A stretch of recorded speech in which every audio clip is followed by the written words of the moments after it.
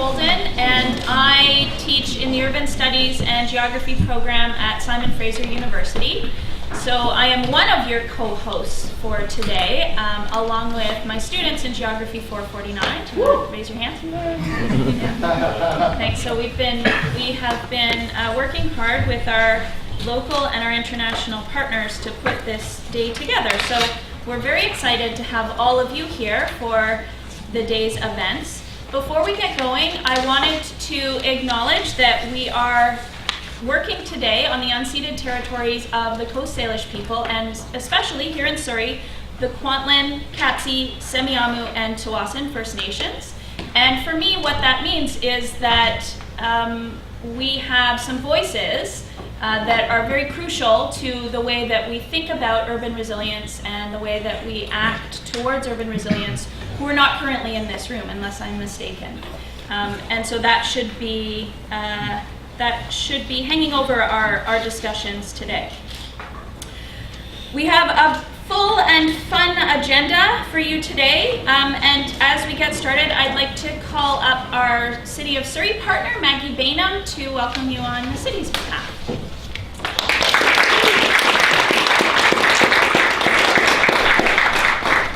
Great. Thank you all for joining us here today. I'm Maggie. As Meg mentioned, I work in the Sustainability Office, and I'll be speaking a little bit later about some of the work that we're doing on this front.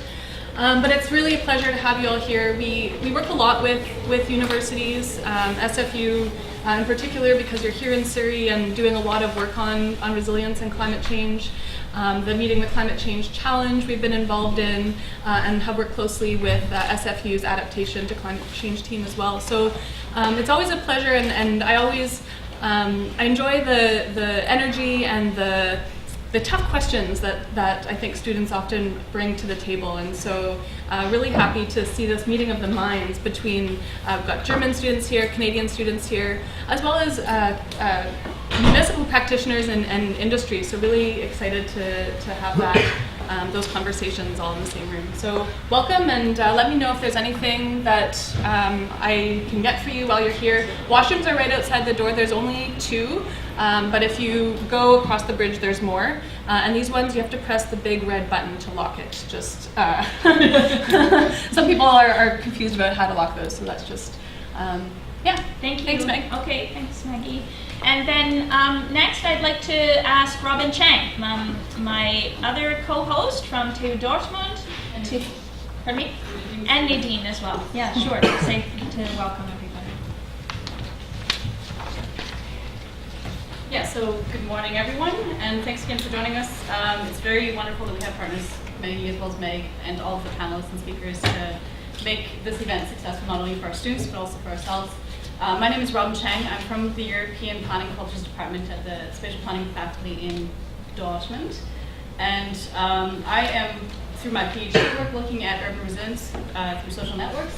And Nadine here has a colleague of mine who recently just finished her PhD looking at urban resilience.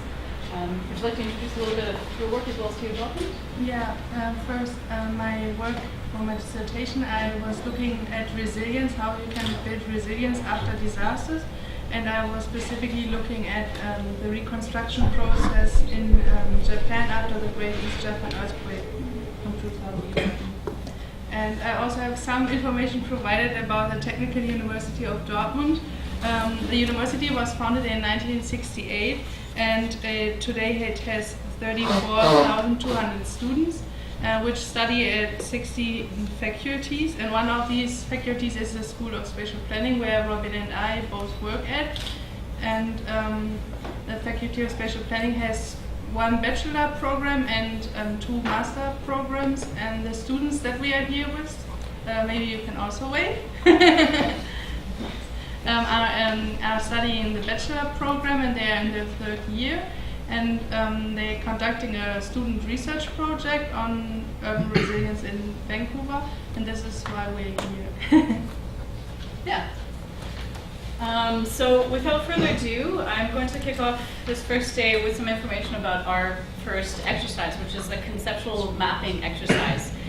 It's mainly to help set the tone for the workshop, but also discussion events that might follow not only today, but for Saturday, which is more student student-oriented portion of the workshop. So before beginning this exercise, we'd like to encourage everyone today to aim to consider resilience individually, but also at the community level, and not only what it is in terms of the literature or talk or discourse, but also what it could be and should be, so a normative kind of future-oriented view. We understand that there is a range of applications and motivations to include resilience in our own and professional lives, and so because of this, we would like to challenge the more linear way of thinking to which we are accustomed, and look at maybe the potential value in a more systems-oriented thinking, which is embodied through resilience.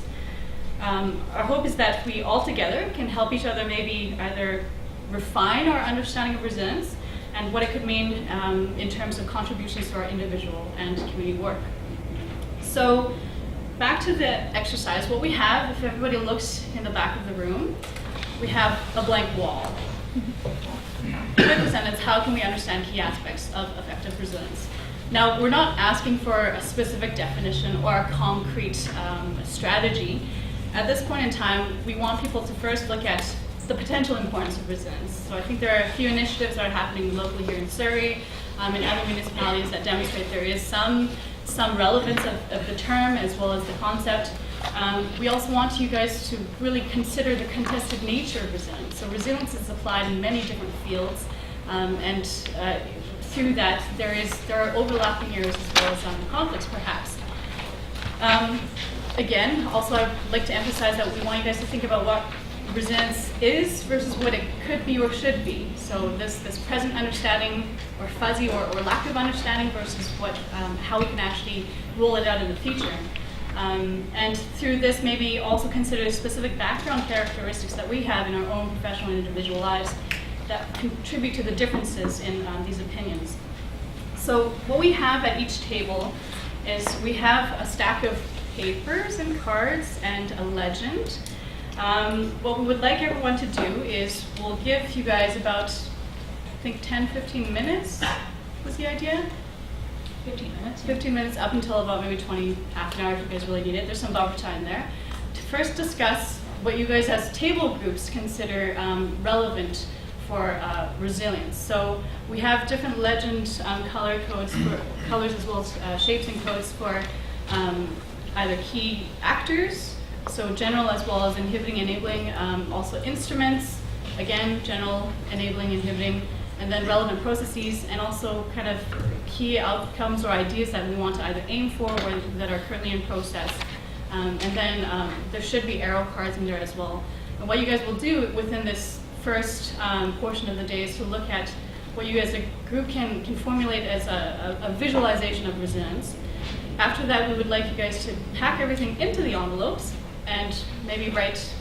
No, we don't have any group numbers up here. You can give your group a name if you like. Yeah, okay, provide a group name then. And what we'll do is at this point, Mackenzie and Leonie, you guys can stand up over, there we go. They will come and collect the envelopes, and during the first panel, they will interpret what you guys have put together and basically visualize it on the board in the back. Now, this is not a final definition or interpretation of the group definitions for resilience. This is a working definition that we encourage everyone to interact with and reflect on throughout the day. So the idea is that we can capture the changes or the evolution of our perception of resilience, what urban resilience is, throughout the entire day, and maybe by the end of the day kind of have some sort of a concrete understanding that we can take away and work with. Do I have anything else that I should add? Well, just that the object of the exercise absolutely is not for everybody to agree, ultimately. We recognize that there are diverse ways of using the notion of resilience in your work, in your studies, and in practice, and we respect that, and the goal is really to sort of map out the diversity of understandings. Exactly.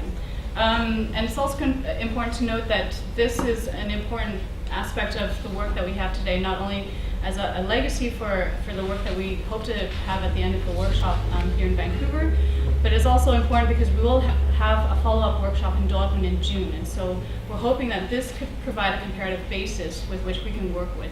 And this will all be captured in follow-up reports, which we'll make available to everyone here today. So, hopefully it'll be fun, exciting and challenging for everyone. Yeah, at this point. No, you're going to show. Do the example. Right, my first demo. Yeah. Okay. So we're supposed to. Yeah, we're going to all demo if I remember correctly. Okay. So to kind of make this a little bit more graspable, my background is looking at urban resilience through social networks. So specifically land use, temporary land use, and I've kind of generalized here based off of my experience and knowledge of community initiatives in Europe. What I've done is I've captured resilience and innovation networks for land use here as kind of the idea or the outcome that we're aiming for. And in reflecting on it, there are some key actors that I recognize are important. I'm trying to be very positive here, so I haven't listed any inhibiting actors, but I do recognize that there are enabling actors, definitely. Municipal managers who can set the tone as well as the direction of a lot of strategies and instruments. And then also real estate agents and developers who, in many European case studies, are kind of the middlemen who negotiate or manage between municipal managers and citizens. And to kind of clarify my rationale for why the citizens are they're general actors, is because they often have the energy as well as the motivation, but they don't necessarily have the technical skills or knowledge to be enabling actors. Mind you, I recognize if someone were to assess my case study, it might be different. So it is possible to have overlapping perceptions of what actors and instruments are. So an actor or instrument can be both enabling as well as inhibiting. Yeah, and in addition to that, I've also listed building codes as, in most cases, inhibiting instruments because they tend to regulate and also penalize, in most cases, a lot of the users. OCP and zoning bylaws are mostly the directing instruments that help provide temporary use or facilitate temporary use, and strategic plans that direct economic development are, in this case, general instruments that are there. They kind of guide, but they have no teeth, and therefore they're not enabling or inhibiting. So at this point, I would take everything, put it into my envelope, and yeah, pass it to Leonie and Mackenzie in the back.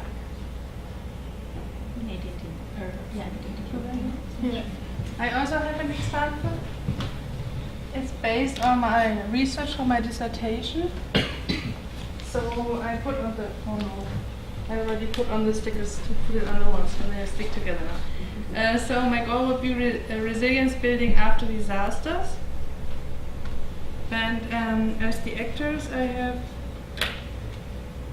first the consultants, which are very important in this context, and also spatial planners.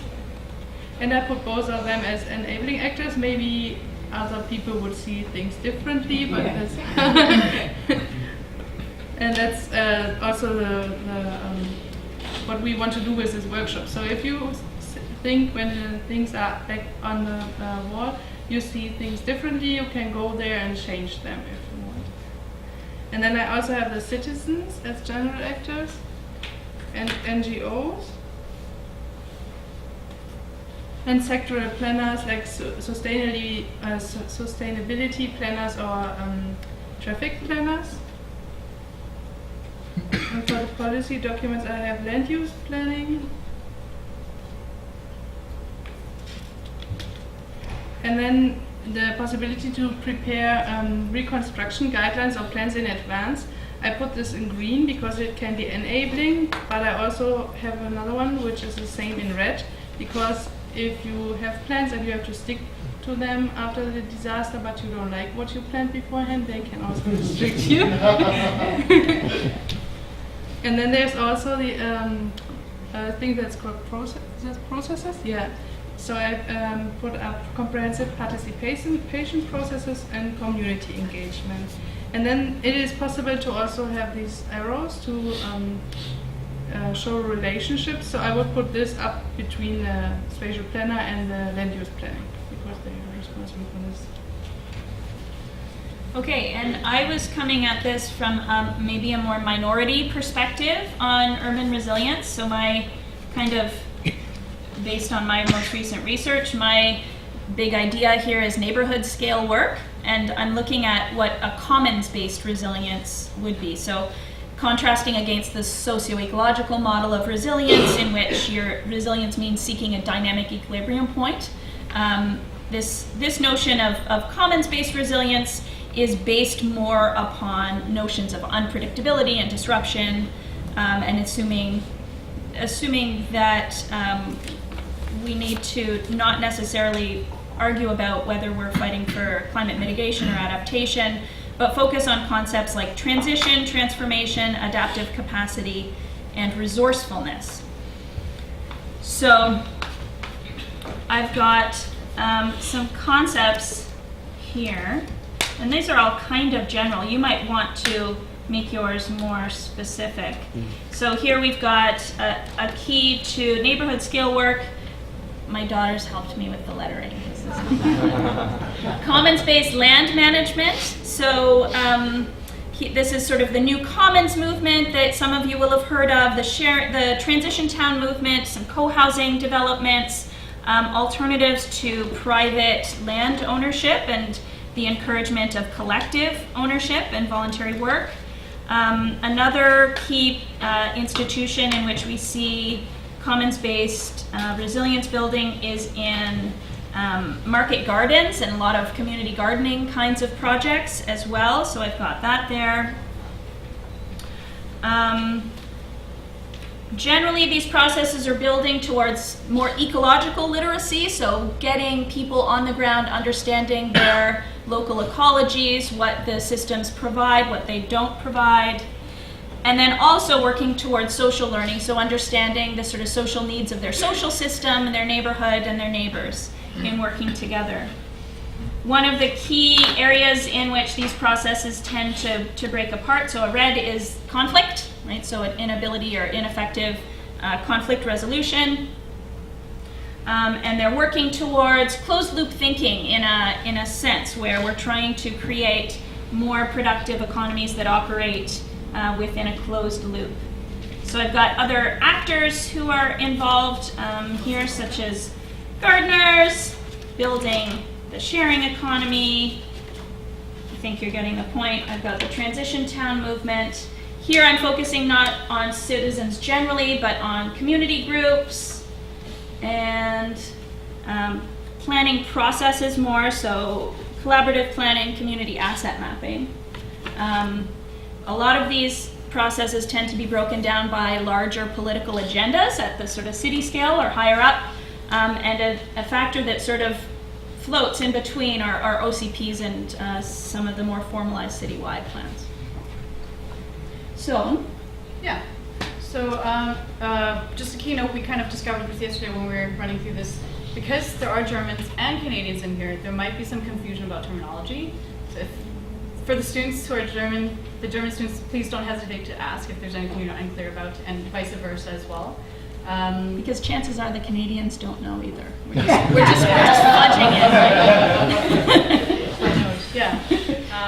And without further ado, I think we can kick off the 20 minutes, 15 to 20 minutes. Yeah, so we're going to go and put our shapes back, and please go ahead, use the materials on your table. For those not at a table, please come in and choose a table to join. And if you guys need any extra materials, then let us know.